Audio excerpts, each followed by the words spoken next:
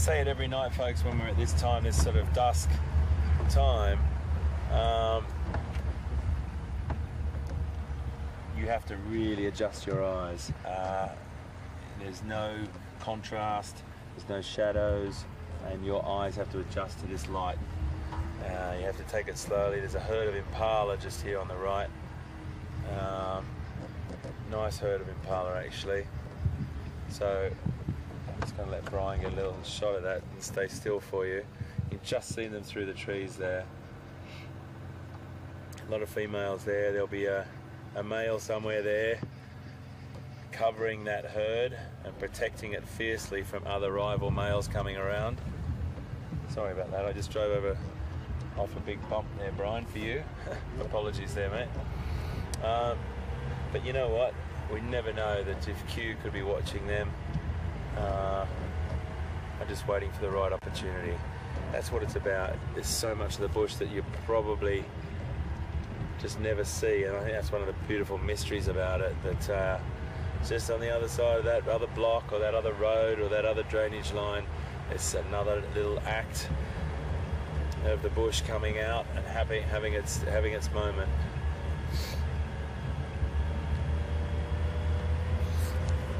It really is like lots and lots and lots of little different mini-series, I suppose, happening in all different parts of the bush. Lots of different articles in that newspaper that you can just read into and look into for more detail and follow. It is one really, really beautiful big story.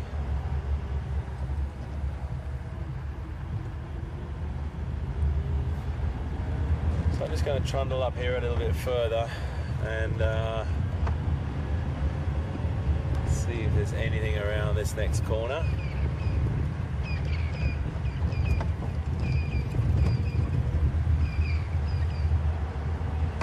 Franklin sounding off, sounds of the evening. We're going to come up to an area called Impala Plains where we'll hear crowned plovers, crowned lapwings, as they're now known. They'll be vocalizing. Got to be really, really careful. They nest in very, very open areas, so you got to be careful. You just make sure you look where you're driving. Sometimes they're silly enough to make a little nest on the edge of the road, so we always keep our eyes out for them.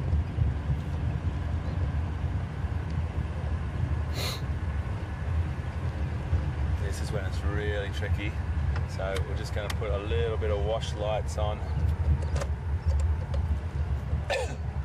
Excuse me, please. Croaky voice at the moment.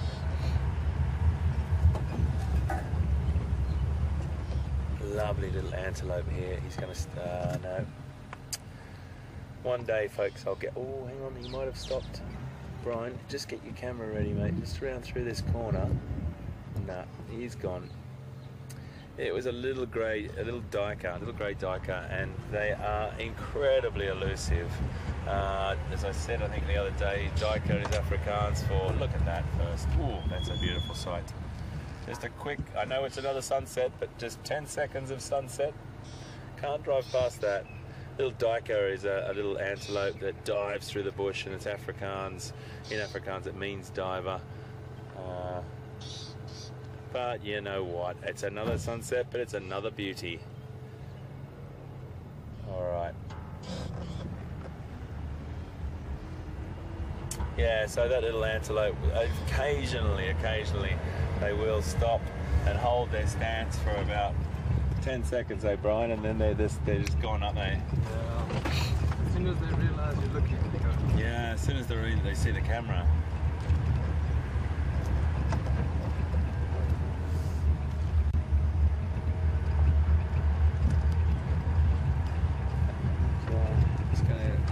It is light enough still to see, but the spotlight, this little spotlight just helps a little bit, just to sort of give a little bit more definition to those darker areas under trees, or that my eyesight, or human eyesight for that matter, can't pick up.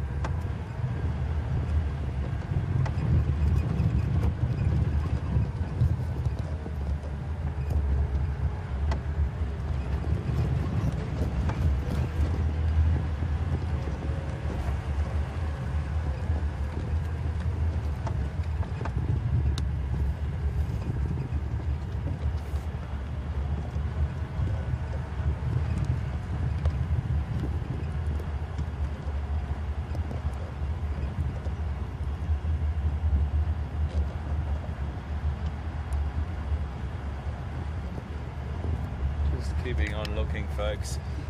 Got a nice question from Tom in the UK about back to hornbills. We've created a little bit of a hornbill story today. It's fantastic.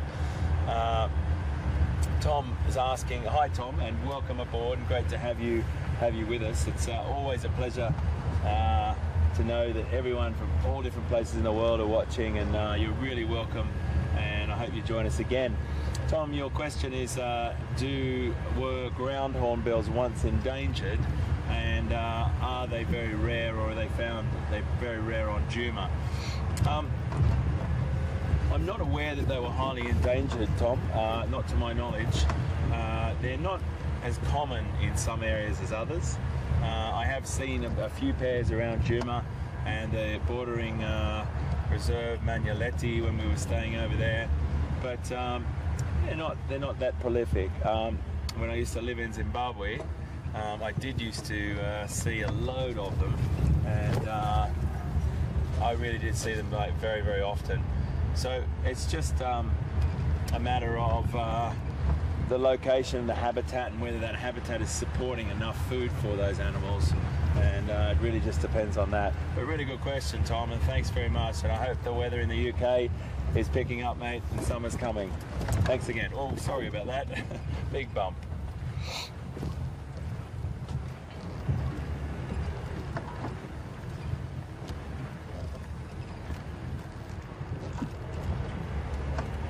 Going to head up this road here, folks. It's a bit more of a main road, or it's a border of the reserves joining another reserve. It's still all in the Sabi Sands, but I just want to head along here and cut back into that area. There's a few corrugations on this road, so I do apologise. And we'll just see what's up here. You never know what you can see just even on this road sometimes. We've had a line kill on this road, and it was extraordinary to see right on this road.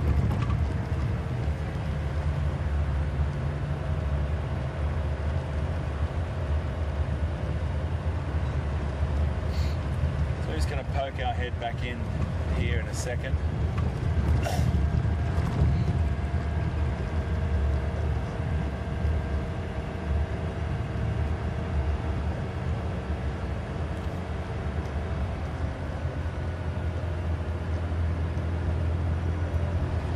Going a bit slower on this road, folks, because the bumps are quite hard to watch on the camera, and we'll just turn off this any second now. But at this time of the night, when you know that there was a leopard there, and you know that there's a possibility of finding it, you go right to the wire trying to find that leopard. There's something very special about finding a leopard. It's a very beautiful thing. I'd like to try and help Pete find it, most importantly, and you know, if we found it, to pick up on that, then he could share all that with you and pick up where he left off with you. And I just want to thank you again. I know we've still got a bit more time to close, but it's nice just to do little thank yous, because today was a fantastic day of great questions again. Really super time, loads of different things, but I think my highlight for today was the hornbill. The hornbill kill live was something else. Spectacular. Absolutely spectacular.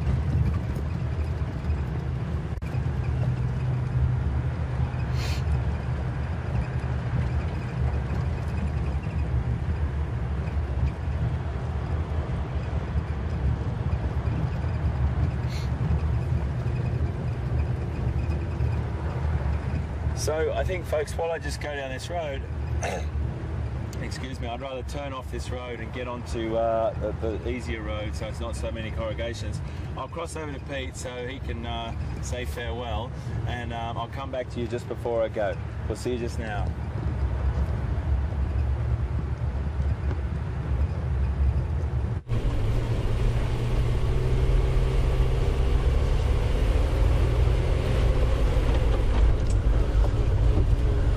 Welcome back on the jigger, probably for the last time this afternoon.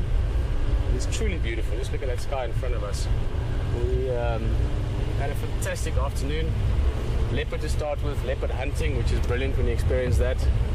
Now we've got this red sky of red sky of the evening.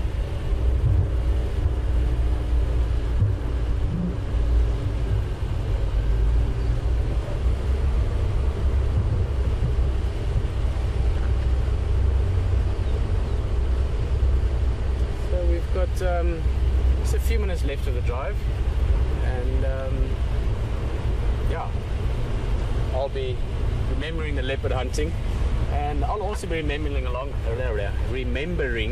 with that how easily leopard can give you the slip. I mean, we saw it again today. 1 minute you're following a leopard out in the open, you look back, you talk 2 seconds, you look back and it's gone. So that's the other part we learned today again, is just remember leopards are like ghosts in the darkness. I think we might have time for one quick question as well, and then we're going to say goodbye and just enjoy this drive as well.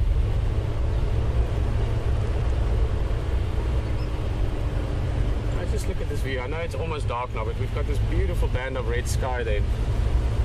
And Liz in Brooklyn is asking, how far would a leopard drag its kill or the carcass in order to get it up a tree or to hide it from predators? Oh, that can vary a lot. Depends on how far a tree is away. I mean, if there's a tree nice and close by, then they take it over there, you know, a couple of meters away, a couple of yards away. But I've also seen them drag it hundreds of yards to get it safe, to get it away from hyenas. So, you know, 200, 300, 400, 500 yards, 600 yards. But nothing near as far as, for instance, hyenas would drag a carcass. I've followed drag marks from hyenas where they've dragged the carcass for kilometers, 3, 4, 5 kilometers to take it back to a den site. But the leopards will take it a reasonable distance, especially if it's a good carcass. Like if that leopard had killed, let's say, an impala today, the impala has food for 2 or 3 days, so he would try and hide it to ensure that he can get sort of the most out of it. But it does depend a lot on, even on the leopard. Some leopards don't take their kills up a tree all the time. Other leopards do it almost every time, so it does vary quite a bit. But I think that brings us to the end of our afternoon drive, our sunset safari. Speaking of sunset safari, just look at that lovely skyline. And once again, it's time to say goodbye and time to say thank you, because it's always a pleasure to have you on the vehicle with us. If it wasn't for you, we wouldn't be here. If it wasn't for us, you wouldn't be here. So this really is a good friendship, and I look forward to doing many more adventures with you guys going along. From myself, Peter Pretorius, Andrew, nice being on camera with you. It's my first drive with Andrew on camera, and all the guys back in the directing room, and everyone sitting wherever you might be at the moment to join us for the drive. Thank you very much. We'll see you tomorrow morning bright and early, and we'll go look around some more.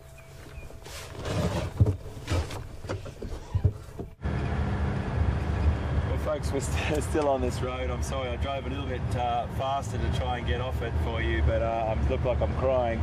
It's not because I'm leaving you tonight. It's just because I was driving quite fast without sunglasses on. I'm just going to get down this hill, I think, and hopefully turn off. But it's just been a beautiful night. Look at that moon up there. Just a little peek at that. Oh yeah, really beautiful.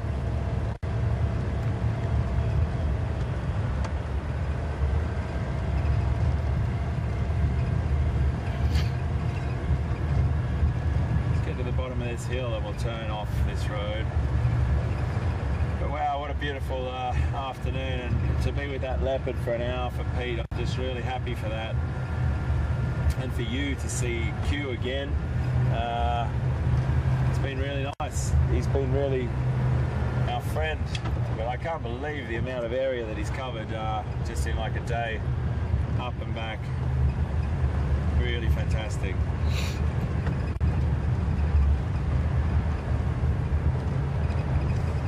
So it's what Wild Safari Live is all about, is interacting with you. And you know, if you ever want us to send us a question, you can send us questions at WildEarth, questions@wildearth.tv, sorry, and you can tweet us at #SafariLive.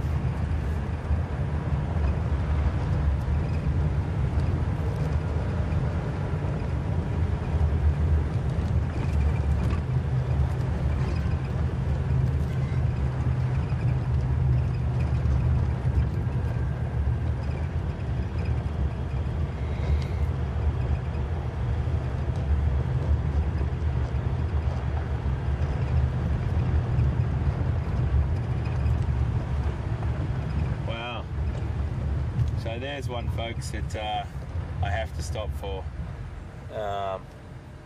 And I'm not crying, I promise you. It's the wind in my eyes, but I have got a tweet from Nina, Gary and Jen in the UK.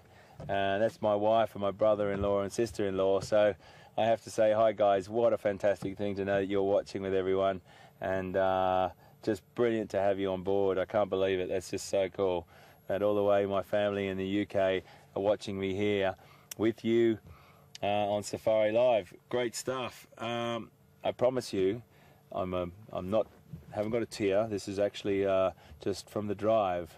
Hi guys, and big love to you all there. Your question is all about hippos and how many people are killed by hippo every year. I don't really have the statistics on me, but all I know is that the statistics are much higher in communal areas than they are in sort of a tourism situation, and that's because a lot of communal areas, people that live on communal lands, they use the same water sources or the same water courses, for that matter, as hippos do. And people will go down to get water early in the morning, and they may come down to the water's edge, and unbeknown to them, a hippo is coming back to the water from grazing that night, and the person and the hippo come into a human-animal conflict situation, and the person is actually in between the water and the hippo. Now that's the most dangerous place to be. It's a really, really serious situation, and that's why a lot of people get chomped. So I don't really know the stats. All I know is it happens to, communal areas a lot more than it does happen to tourism. That's because we're sort of in vehicles most of the time. But anyway, great to have you watching, and I'm really really happy that you're watching, and biggest love to you, and love to you, my wife, that's for sure, and Jack and all the kids watching. Hi to you from the Sabi Sands. Wow, incredible stuff. So let's have a recap. What happened today? We came out this morning, we had wonderful elephant encounters. We had some pretty cool things happen. It's really hard sometimes to remember what happened through your day. We had some pretty interesting things happen this morning. I had a bit of a recap on the wild dog, but there's nothing on the radio. Anyway, we had a beautiful afternoon. Pete found leopard. I got some elephant down here. We found the hornbill. We had a hornbill kill live, which I think is the first time it's been ever recorded in the history of WildEarth and National Geographic Wild. It's a hornbill kill live. So I'll tell you what, I feel pretty proud of that with you, Brian, today. And on a serious note, just want to thank everyone for watching. We wouldn't be doing this without you. This is what it's all about. It's the interaction between you, us, and just the whole community. It's absolutely fantastic. We'll see you tomorrow morning on Wild Safari Live. Cheers.